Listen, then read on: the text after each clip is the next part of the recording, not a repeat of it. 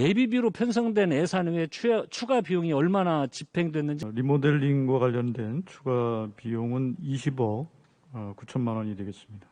장관님, 국방부가 인수위 시절 대통령 집무실의 국방부 이전에 따른 소요 예산을 보고한 적이 있습니까? 긴급하게 필요한 비용, 그건 118억 원이었습니다. 118억 원만 하면 다 될 거라고 추산을 아닙니다. 했습니다. 그 당시에는 이전과 직접 관련된 이사 비용이라든지 시설 보수 이런 것들 위주로 했었고, 그 예비비에서 할당된 것이 118억 원입니다.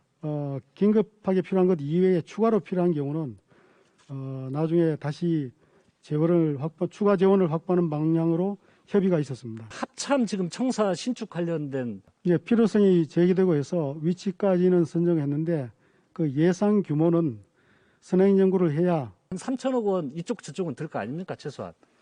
그 정도까지 들지 않을 수도 있습니다.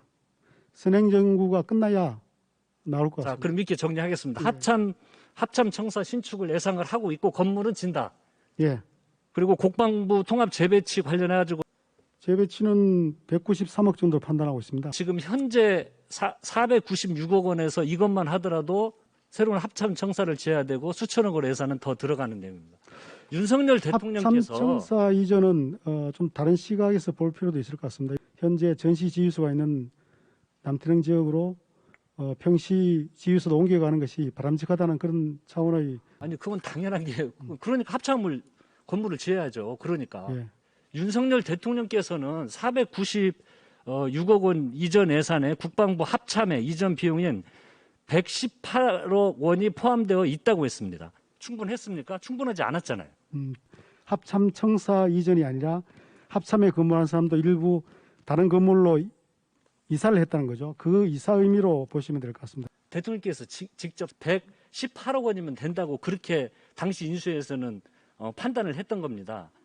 국방부 2분기 전용 예산 전용 내역을 보겠습니다. 대통령실 이전과 관련해서 행안부에서 협조 요청한 청사 주변 환경 정비 필요를 사유로 공사비 29억 5천만 원이 전용됐습니다.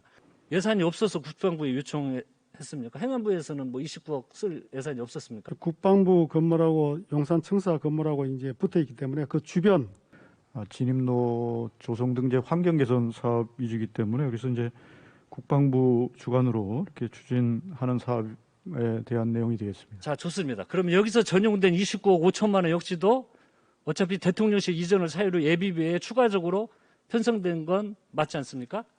예, 환경 조성 사업으로 아니 그게 대통령실 이전 관련 환경 조성 사업으로 들어간 거 아닙니까? 그럼 3분기에 그 대통령 이전과 관련 국방부 부서 통합 재배치를 위해서 전용하고 있는 그 예산은 국방부 장관님 예산 총액은 얼마 정도 됩니까? 제가 봤을 때 이게 193억 원 정도입니다. 윤석열 대통령께서 취임 후에 2, 3분기에 대통령 집무실 용산 이전으로 추가 전용된 국방부 예산만 보더라도 222억 5천만 원입니다. 전용 예산을 합하면 윤석열 대통령께서 인수위 시절 최초 예상했던 국방부 합참의 이전 비용 118억 원의 배도 넘는 수준입니다. 국방부는 현재 국방부 청사를 내어주고 영내 5개 건물로 분산 배치되면서 이에 따른 업무 비효율 문제가 지적되고 있습니다. 예비비 496억 원에는 대통령실 경호부대 이전에 대한 예산이 반영되었습니까?